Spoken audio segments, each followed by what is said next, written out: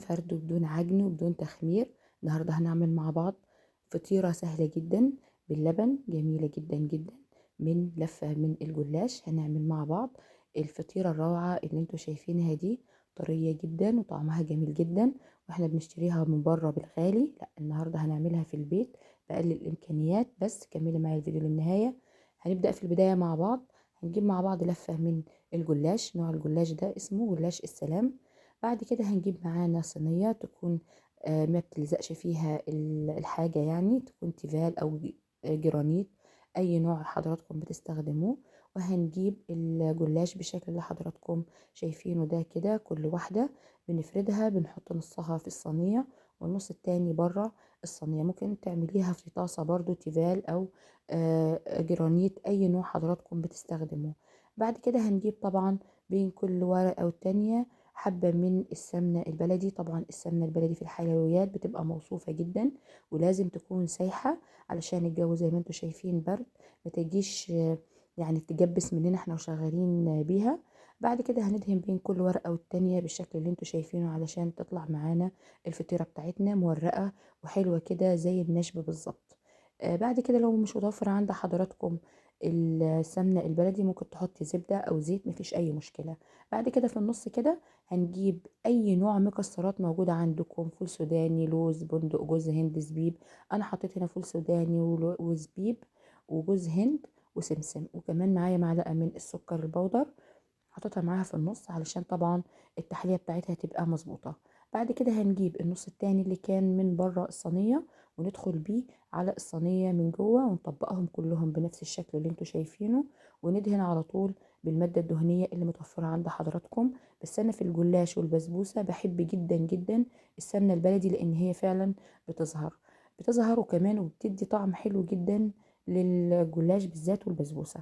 بعد كده هنبتدي ندهن السطح بتاعنا كله بالمادة الدهنية. وبعد كده هنجيب ورقتين من الجلاش تكون صحيحة، ما تكونش متقطعة ولا متبهدلة، ونلف بيها القطعة الكبيرة اللي تحت كلها بالشكل ده وندخلها كويس من جوه. كده احنا بندي شكل جمالي زي ما انتوا شايفين كده بالطريقة الجميلة البسيطة جدا دي.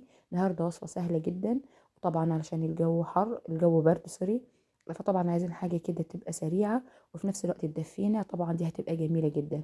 كده احنا دهناها بالمادة الدهنية وهنرفعها على درجة حرارة متوسطة.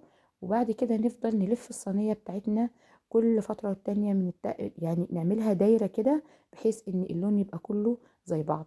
زي ما انتوا شايفين طبعا بمجرد ما بتاخد التسوية بتاعتها بنقلبها على الناحية التانية.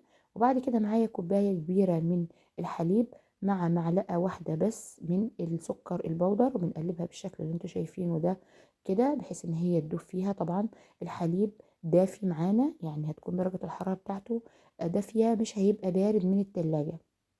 بعد كده هنجيب الحليب بتاعنا مع معلقة السكر وننزل بيه على الجلاش وهو سخن كده لسه على عين النار زي ما انتوا شايفين. في الفترة دي احنا هنوطي درجة الحرارة جدا ونخليها 10 دقايق بس، مش اكتر من كده.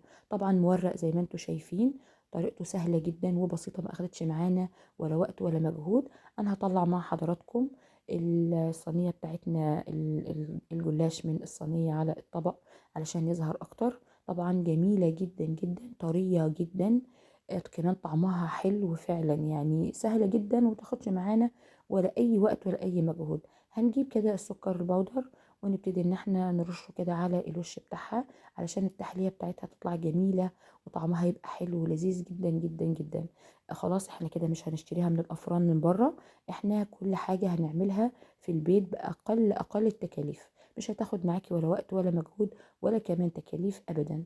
وبالنسبة للحشو، اي حشو موجود عندك من المكسرات هتحشي بيها، مفيش اي مشكلة. مفيش كمان اي مكسرات ممكن تعمليها سادة كده بدون اي مشكلة وهتطلع معاكي حلوة جدا كمان. بس كده مش اكتر من ال الامكانيات اللي قدام حضراتكم. شايفين حضراتكم مورقة زي النشب بالظبط، وغير الطعم والطراوة طرية جدا جدا جدا وجميلة جدا. حتى الاولاد اللي مش بيحبوا اللبن، طبعا احنا هنرشها بكوباية كبيرة من اللبن، فهتبقى مفيدة جدا. اتمنى ان هي تعجبكم وتجربوها. اشوفكم على خير ان شاء الله.